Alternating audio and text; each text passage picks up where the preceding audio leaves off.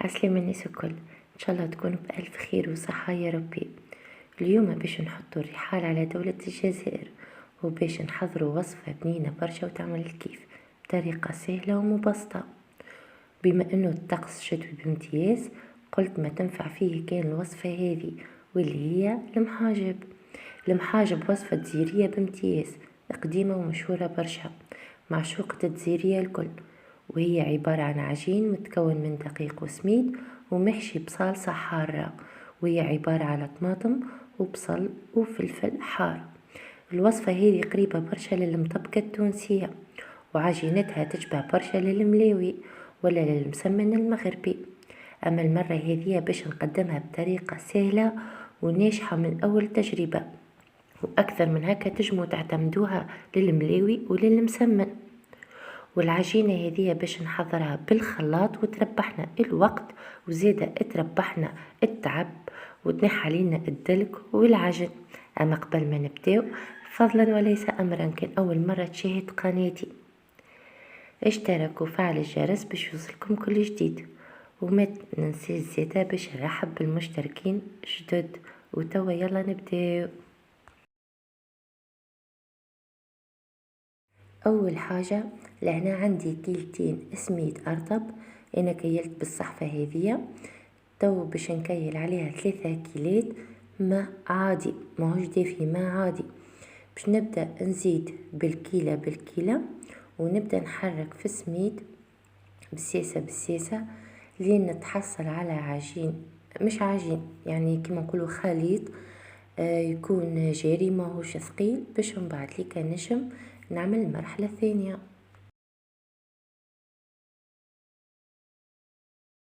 باش نقعد نزيد بالطرف بالماء بشوية بشوية، بحكم اللي معناتها نوعية السميد تختلف، باش وما تتقيدوش بالكمية اللي انا نعطيه لكم من الماء، على خاطر كل سميد ونوعيته.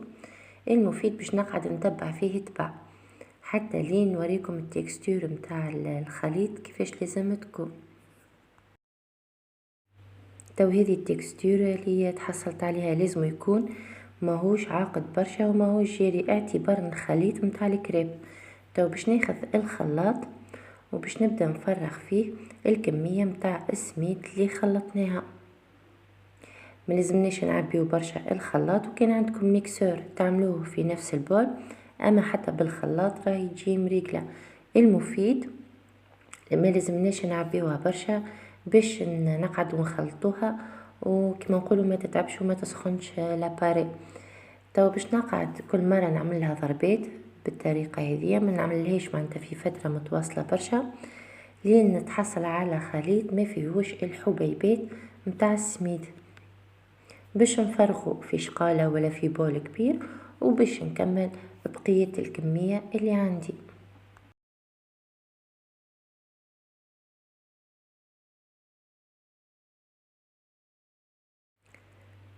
هذا هو الخليط اللي تحصلت عليه. تو باش نزيد كمية متاع ملح حسب الرغبة، تحبوه ملح برشا ولا معناتها معتدل.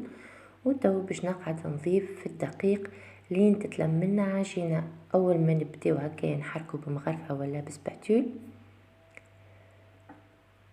وكل مرة نزيد الدقيق بالطرف. انا هوني يعني استعملت كيلو دقيق، معناتها الكمية ديجا متاع السميد برشا، دونك كمية الفرينة باش تكون اكثر. وتويكا باش نكمل اللم بيديا، ما غير لا نعجنوها لحتى شيء، جست نلموها لمين هكا باليد برا. ولازم العجينة ما تكونش كاسحة برشا، جست تويكا هكا نقعد اللم، ومن بعد اللي كان ندلكها شوية برا.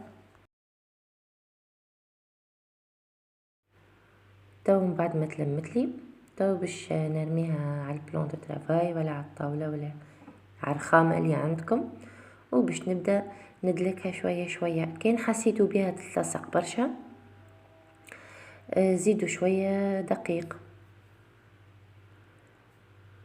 اما ما تزيدوش معناتها كميه كبيره، وكل مره هكا رشوا عليها وكملوا دخلوا الفرينه في العجينه من غير ما تدعكوا برشا. هوني هكايا بدات تتلملي شويه شويه، اما مازالت تلتصق في اليدين شويه. مانيش باش نزيدها، ما نحبش نعطيها كميه اكثر من الدقيق باش بعد الكايه تجيني طريه ومش شايحه.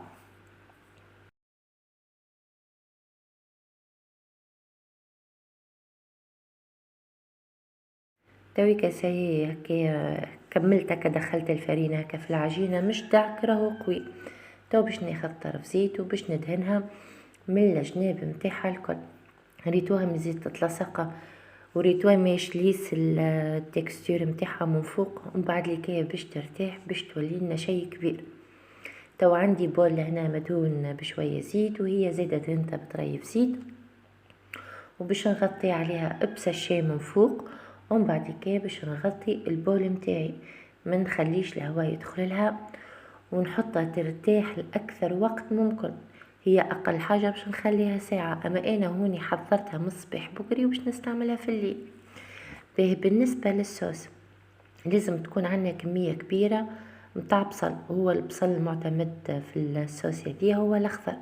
عندي 5 كعبات طماطم، قرين فلفل حار، مغرفه طماطم معجونه، فلفل احمر، تابل وكرويه، فلفل اكحل، ملح.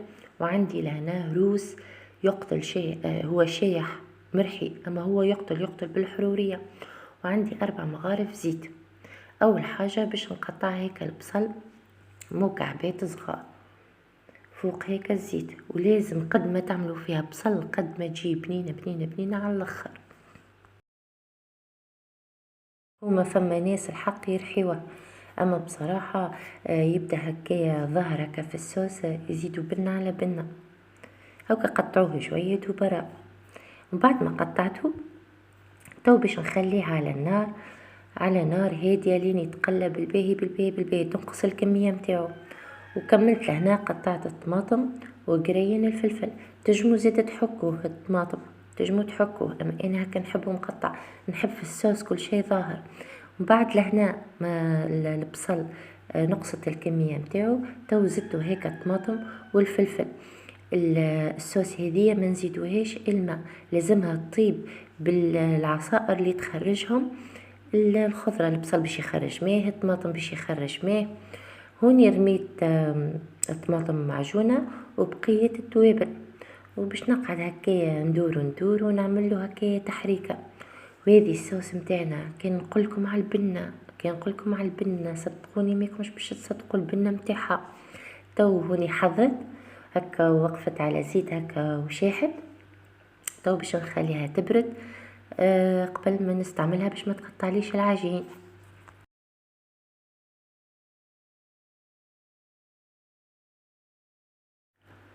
لهنا رجعت للعجين، تو عريتها يجي جا نوريكم كيفاش هكا نجبدها وتتجبد معايا. صدقوني روعة روعة روعة روعة على الاخر. تو باش ندهن يديا بالزيت، وباش نبدا نكور فيها كويرات الحجم اللي نحب عليه. المفيد نحطها على طبق، يكون الكويرات نحطهم على طبق زيدا مدهون بالزبده، ونخليهم يرتاحوا ساعة كاملة. بعد ما شكلناهم هكا كويرات نخليهم يرتاحوا ساعة كاملة. المفيد ندهنوهم بالزيت بالباهي في الوجه متاعهم، ونغطيوهم بالكتاب.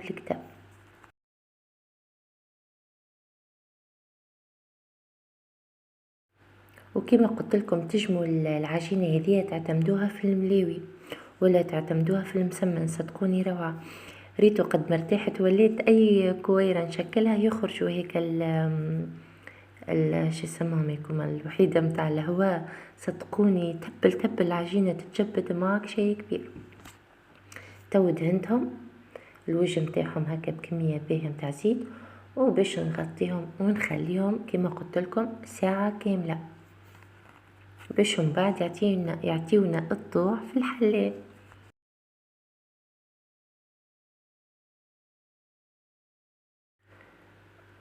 من بعد ما ارتاحوا ساعة كاملة، تو باش ندهن البقعة اللي باش نخدم فيها بالزيت، وباش نرمي ورق زبدة، وباش ندهنو زيادة هو بطريف زيت.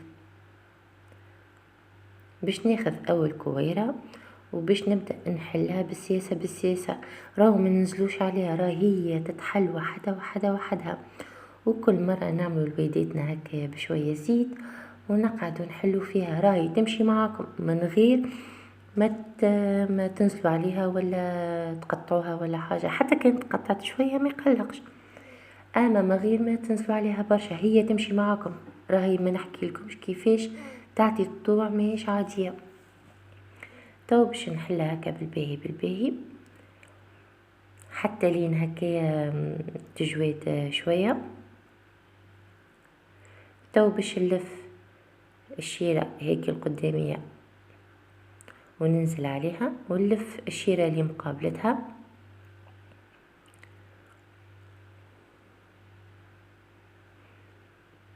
ان شاء الله الصورة واضحة. تو هكا باش ننزل عليها نطولها شوية. تو باش ناخذ كمية نتاع الحشو، ما نعملوش برشا حشو، وباش نعملها على شكل مربع في الوسط. المفيد ما نقربوش برشا للجناب باش ما تخرجناش من بعد الحشوة. تو باش نجبدو جنب اللي على اليمين بالباهي ونرميوه فوق الحشوة، ونحاولوا كيفاش نسكروهم هكا شوية من الجناب، ونجبدو الجنب اللي على اليسار ونرميوه فوق الجنب اللي على اليمين. هذه هي طريقة. وبالنسبة للبابي كويسون علاش عملته؟ باش الكعبة من بعد ليك كي نحلها ما تبداش يعني ما تبداش الشكل متاعها يولي داخل بعضه، ولا اللي يبدا مثلا عنده رخامة ولا طاولة يخدم عليها بعيد على الغاز باش ما يتهلكلوش الشكل متاعها. توهوني عندي طبق سخون بالباهي رشيته بشوية زيت، وهزيت العجينة بالبابي كويسون وقلبتها على هيك الطبق. وتو باش نقعد ننزل عليها بالطريقة هذه نحلها حتى لين تولي جويدة، او حتى البابي كويسون لهنا وكعاوني بالباهي سينو ما نجوش نشدها راهو بالسخونية. وتو باش نحيها بابي، وتوا نحيتو البابي كويسون ودوب هكا ما نحس بها شي حتى كملوطة وين نقلبها، ونقعد نقلب فيها ونشقلب فيها، نقلب فيها ونشقلب فيها لين تحمر لي من جهتين. هاكي الطريقة سهلة ماهلة وش ما فيها. هكا نقعدوا نقلبوا ونشقلبوا وهي هكا تقعد تنتفخ. المفيد لازم النار تكون متوسطة. باش نكمل الكعبات متاعي الكل بنفس الطريقة.